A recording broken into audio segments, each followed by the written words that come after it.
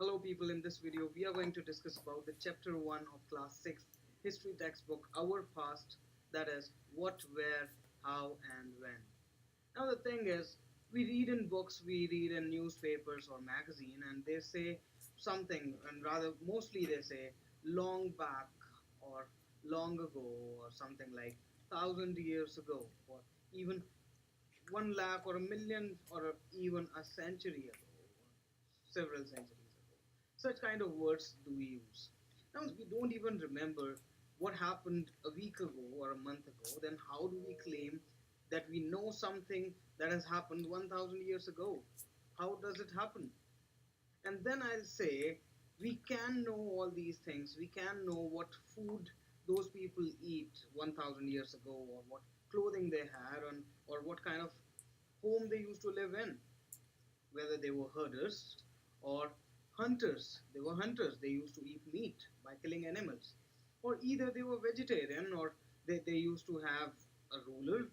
They used to have a ruler, or simply they used to decide their matters by sitting in a village, or rather they were merchants, or they used to have merchants in those eras, or even we can say whether they were priests or of some kind of religion, or they were painters or artists, or rather they were chemists or they were scientists or anything else like that. We can even tell whether they used to play what kind of games, rather indoor games or outdoor games, or rather what kind of stories they used to hear, stories that they used to hear. We can tell all these things, we can. But the question rises again, how?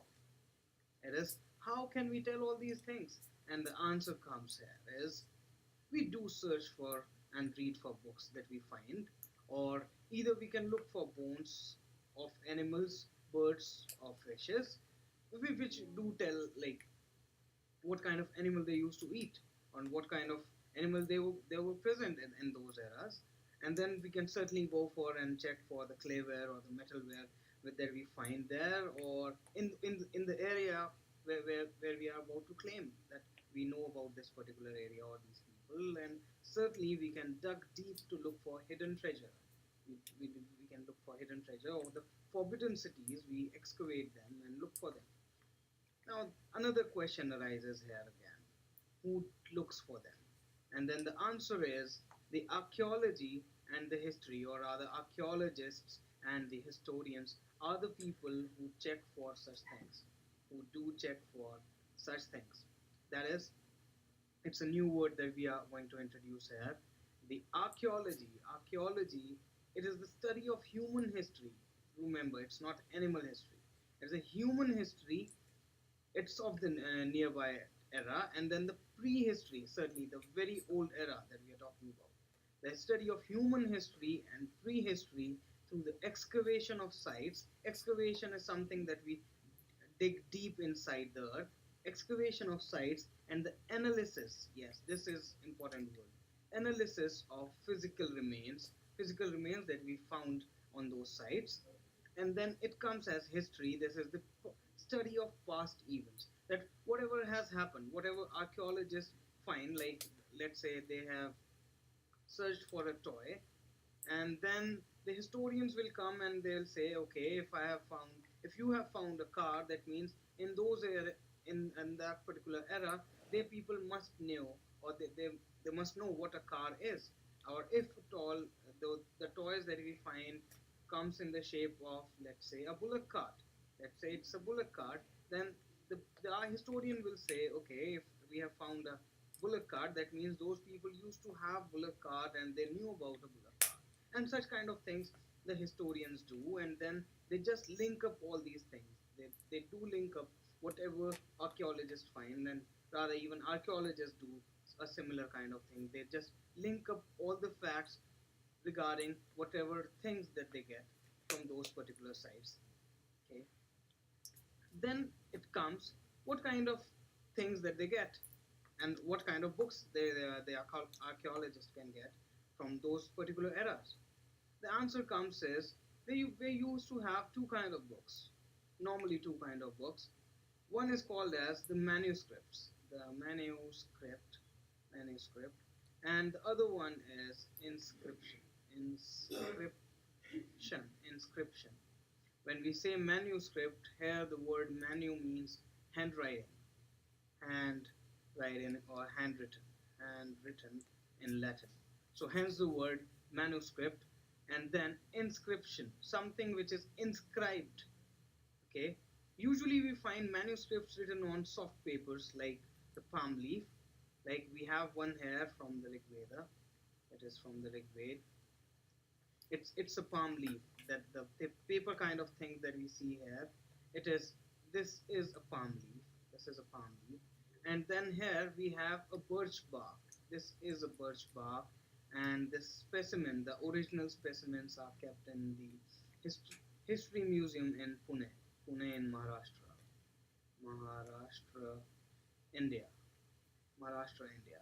Here, it's the original manuscript. It's the original manuscript written on a birch bark. It is also from the Rig Veda.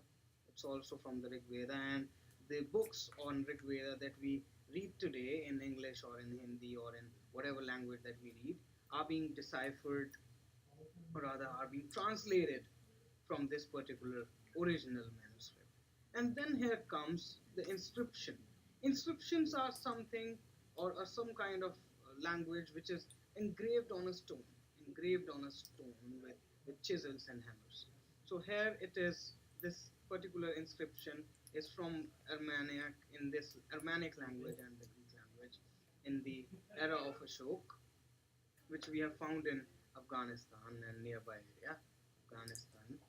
Okay, and now let's hear another word, that is decipherment.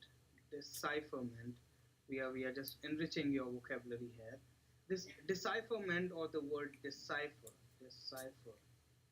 It means coding from one language to another. It is coding or decoding, rather, decoding from one particular language or the old language to a new language. It's not translation.